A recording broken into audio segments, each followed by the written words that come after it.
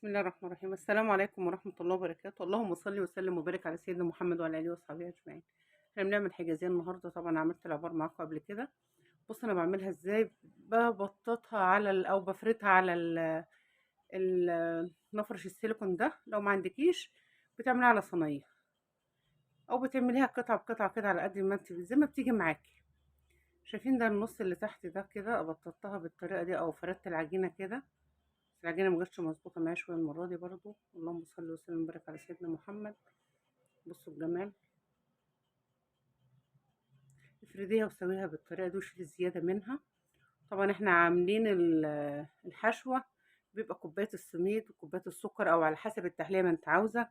معلقتين القرفة، مش عايزة قرفة كتير هتحطي معلقة كاكاو معاها، كاكاو خام زي ما انت حابة. وبتبدأي ترشرشي مية بالمعلقة، حوالي معلقتين مية او 3، بتخليها عاملة زي الرملة المبلولة، بس ده للحشو. وبتبدأي بقى ايه تسوي النص اللي تحت بالطريقة دي، تخلي لها حرف صغير كده طالع عشان ايه تحط الحشوة تبقى. اللهم صل وسلم وبارك على سيدنا محمد وعلى آله وأصحابه وتسمي الله. يلا بصوا الحشوة يا حبايب قلبي، أنا عملتها معاكم ولا ما عملتهاش مش فاكرة. دي حتة العجينة بسوي طبعا بيها كده. الفيديو هطول عليكم شوية، معلش سامحوني بقى. بصوا ازاي، شايفين عاملة زي الرملة، الرملة المبلولة كده. نبدأ نحط الحشو بالشكل اللي انتوا شايفينه ده، نضغط عليه ضغطة بسيطة كده بإيدينا. واللي عملناه في النص الأولاني من الحجازية من العجينة هنعملها في النص التاني.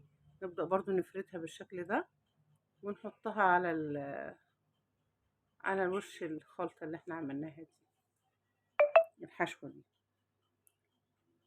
بعد كده هنحطها في الفرن بقى، تقطعيها بالشكل اللي انت عاوزاه. عايزة تقطعيها في الأول تقطعيها في الآخر زي ما انتوا عايزين.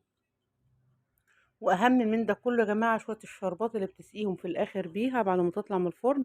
بيبقى الشربات دافي بسيط وهي دافية برضو، بيديكي لمعة جميلة قوي للحجازية، وبتبقى مش ناشفة قوي بالطريقة اللي انت بتشوفيها دي. طبعا البيتي بتبقى حاجة تانية غير اللي انت بتعملها بتشتريها من بره. وبألف هنا وشفا، وبتبقى جميلة جدا وبعمل ايديكي انت. طبعا بتحطيها في الفرن حوالي 30 دقيقة على الشبكة في الرف الأوسط، ما بتحطهاش تحت خالص ولا فوق، وما بتولعلهاش من فوق إلا لما بتبدأ الحرف يحمر. بتلاقي الحرف بقى لونه بامبي كده. بنبدأ نعمل نحمر بقى الوش من فوق. بصوا بنخططها بالشكل ده بالشوكة عشان تدينا الشكل الحلو اللي احنا بنشوفه. وبنحطها في الفرن، بتطلع من الفرن بنسقيلها السيرب بتاعها او الشربات. مش كتير طبعا، بيبقى شوية مش كتير، يدوب بتدينا لمعة كده. اللهم صل وسلم وبارك على الحبيب المصطفى محمد. لا اله الا انت سبحانك. يلا يا بنات يا شاطرين والستات البيوت، واللي عايزة تعمل حاجة زي في البيت. عملنا احنا طبعا المخبوزات قبل كده مع بعض. لا إله إلا الله، ولا حول ولا قوة إلا بالله. ادعوا لإخواتنا في فلسطين، ربنا يا رب يفرج كربهم ويسر أمرهم وانصرهم. اللهم آمين. وحرر بيت المقدس، اللهم حرر بيت المقدس يا رب. وارحم موتانا يا رب في فلسطين، وإخواتنا في فلسطين استرهم ربنا دنيا وآخرة.